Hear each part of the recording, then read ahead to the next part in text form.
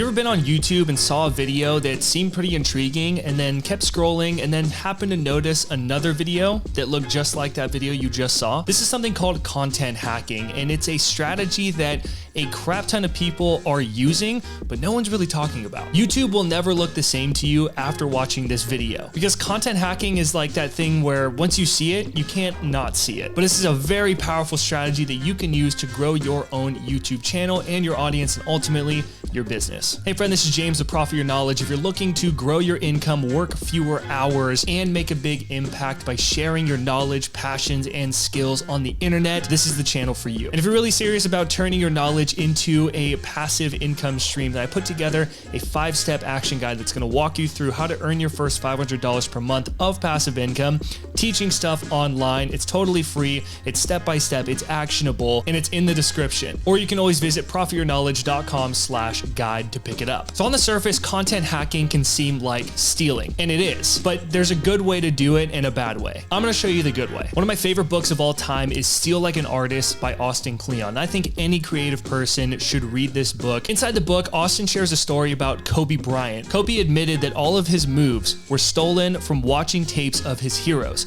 the people he looked up to and admired. Now, initially, when Bryant stole those moves, he realized he couldn't completely pull them off because he didn't have the same body type as the guys he was thieving from. So he had to adapt the moves to make them his own. Austin also talks about how Conan O'Brien tried to be his hero, David Letterman, but ended up being Conan O'Brien. And Conan even said, "It's our failure to become our perceived ideal that ultimately defines us and makes us unique." Thank goodness. Our failure to copy our heroes is where we discover where our own thing lives. That's how we evolve. Austin goes on to say that everything that needs to be said has already been said, but since no one was listening, everything must be said again. And what a good artist understands is that nothing comes from nowhere. All creative work builds on what came before, so nothing is completely original. But then what is originality?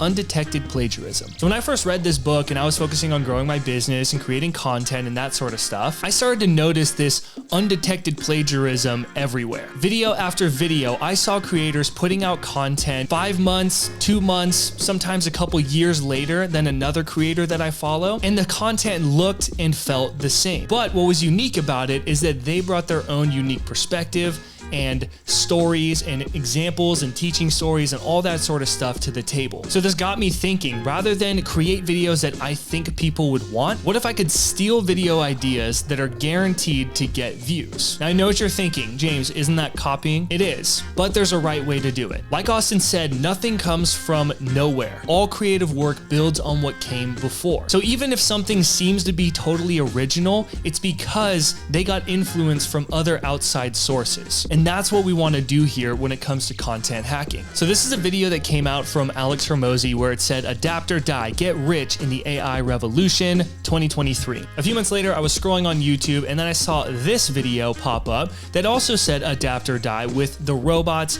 and colorful background. And I thought, that's interesting. Fix credit with AI Revolution 2023. In my opinion, this is a little too aggressive when it comes to replicating somebody's content that is performing very well. Now, because this is in a different niche, it's business versus credit, the creator probably thought that who's gonna know? Even when you watch both of these videos, the opening hook, the editing style, the feel is very similar, and that's content hacking. I think the packaging here was just a little aggressive. In Steal Like an Artist, Austin Kleon says it so well. The reason to copy your heroes and their style is so that you might somehow get a glimpse into their minds. That's what you really want, to internalize their way of looking at the world. If you just mimic the surface of somebody's work without understanding where they're coming from, your work will never be anything more than a knockoff. Copying is about reverse engineering. You don't want to look like your heroes, you want to see like your heroes. So think about the thinking behind the style. A great example is if you type in, "I quit my job after 3 things."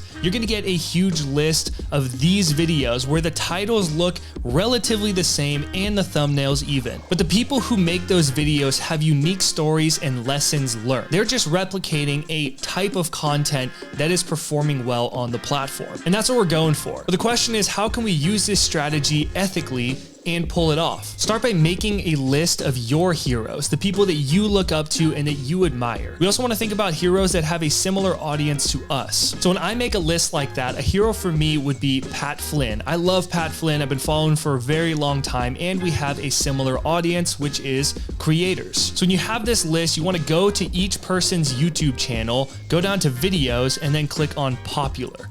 What this is going to do is organize their most popular content that they've ever created in the history of their channel, from top to bottom. Now, what's important to think about is when you're gonna content hack a certain type of piece of content, you want to think about how many views it's accumulated in how short of a time frame. The shorter the time frame and the more views, the better. For example, if it has 1 million views from 10 years ago versus 1 million views from 1 year ago, you know the 1 year is going to be a better piece of content that you could put your time into replicating. So if I scroll down on Pat's content, I found this video, 50 podcast tips in 15 minutes. So I took the idea here of 50 tips in 15 minutes. So it's a lot of tips in a short period of time that I can share with my audience and make it be like rapid fire. That was the feel of this content. So I took this video and then created my own, but I called it 20 copywriting tips in 6 minutes for your first sales. And as for a thumbnail, I got inspiration from these two guys. Now, Austin Kleon says, if you have one person you're influenced by, everyone will say you're the next whoever. But if you rip off 100 people, everyone will say you're so original. Now, another example is Sunny Lenarduzzi. So I can go to her channel. We share a similar audience. She's someone that I definitely look up to, and I was studying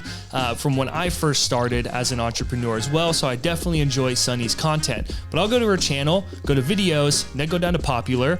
And then this was a really good video that she came out with, how to create an online course that sells from a 7-figure course creator. This came out 3 years ago, and of course I watched it a long time ago. What was interesting though is I was scrolling on YouTube and I saw this video come out from Jillian Perkins with the title, How to Create an Online Course That Sells from a 7-Figure Course Creator. So let's think about a couple things in these two pieces of content. It is the same title, and Jillian's came out over 2.5 years after Sunny's video. And what's even crazier is that both videos are about 20 minutes long and both have a paper whiteboard. And what's even crazier than that is that when you watch the opening hook in this content, they're pretty much the same. That is content hacking. Now, despite hearing this, you should still create original content, but 80 to 90% of your content ideas should come from using data that you already know works on the platform and modeling what already works. It's not about just ripping people off. It's finding videos that perform well and thinking, why do they perform well?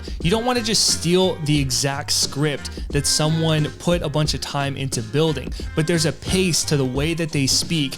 If they open up with a story, you can open up with your own story. And if you completely rip someone off, at least give them credit. Say, I saw this video, it was super awesome, and I wanted to make my own kind of version of it, but you should definitely go check out that other creator. Collaboration is how we win in this game. Now that you know about this strategy, you're gonna start to notice it online if you haven't already. But when you see a video that looks like something you've already seen, I challenge you just to click on the video and bring up the other one, play them side by side, and see what the look and the feel is, the pacing, the editing style, see how similar they really are. Then start using this strategy in a way that feels right to you to grow your own channel. Because the truth is that small creators and big creators are all using this strategy. But please use this with respect and give credit where credit is due, and you'll be fine. If this video was helpful, give me a like and let me know your thoughts or questions in a comment below. And if you haven't already done it yet, make sure you pick up the 5-step action guide to earn your first $500 per month of passive income,